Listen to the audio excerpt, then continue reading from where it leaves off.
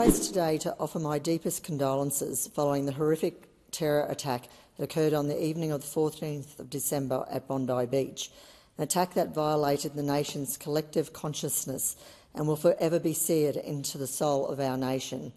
The night should have been a time of joy. It was the first night of Hanukkah, the festival of light. Jewish families gathered peacefully, as they had every year at this time for 30 years, on one of Australia's most iconic beaches to celebrate faith and community.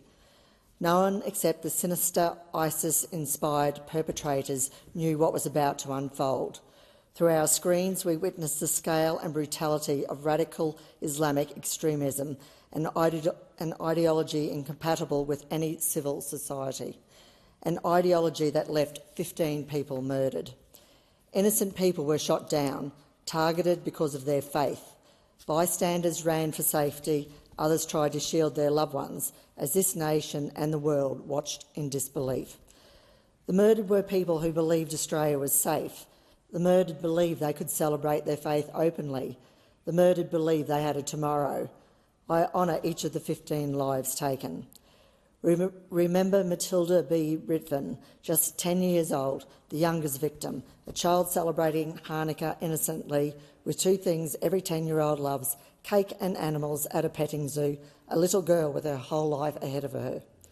Rabbi Eli Schlanger, aged 41, the Bondi rabbi, a husband to Shaya, a father of 5, including a newborn son, and a pillar of the Jewish community who devoted his life to service, faith and kindness. Boris Tettelroyd, who loved Bondi Beach, loved Australia and loved his community, a devoted and loving father. Boris and Sophia Gurman, married for 34 years. Boris bravely confronted the attacker and disarmed him. He and Sophia died in each other's arms after the shooter deliberately targeted them. Reuven Morrison, 62, who charged unarmed towards a gunman in a desperate attempt to defend others, an act of unimaginable bravery. Edith Brutman, remembered by her family as a woman of integrity and strength, who met prejudice with principle and division with service. Marika Pogany, aged 82, who devoted thousands of hours to delivering meals to others simply because caring was who she was. Rabbi Yaakov Levitan, a quiet servant of his community, sharing prayer and connection when his life was taken. Peter Meager, known as Marzo, a retired police detective who served the public for decades, killed while pursuing his passion for photography. Tibor Whitson, 78, a beloved grandfather, husband and cherished member of the Bondi Chabad and Russian Jewish communities, killed while trying to shield a family friend. Dan Alkhoyam, a French national who made Australia his home, a talented footballer and joyful soul, deeply loved by all who knew him. Adam Smythe, a husband and a father of 4, innocently walking with his wife along the beach, living life and loving his family. Tanya Tretek, attending in love and solidarity with her Jewish husband, reminding us this attack struck not only Jews but all Australians and our shared values.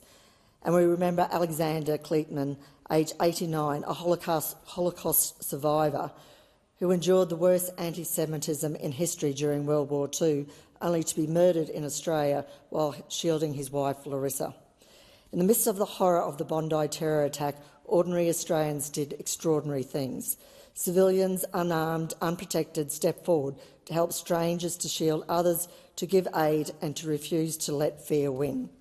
Our police officers ran towards danger without hesitation.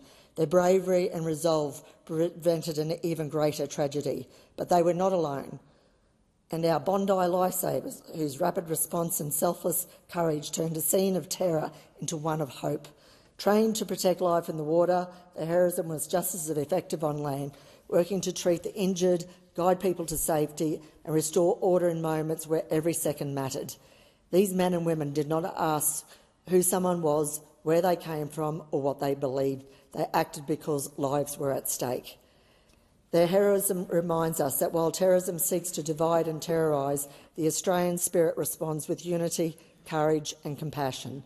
We thank them and we will never forget their bravery. Passing laws that fail to address the stain of anti-Semitism and Islamic terror is a betrayal of Australia and of those who lost their lives at Bondi. Deputy Speaker, while 15 innocent lives were taken, their lives can never be extinguished. Their lives will light the path to a better Australia. Thank you.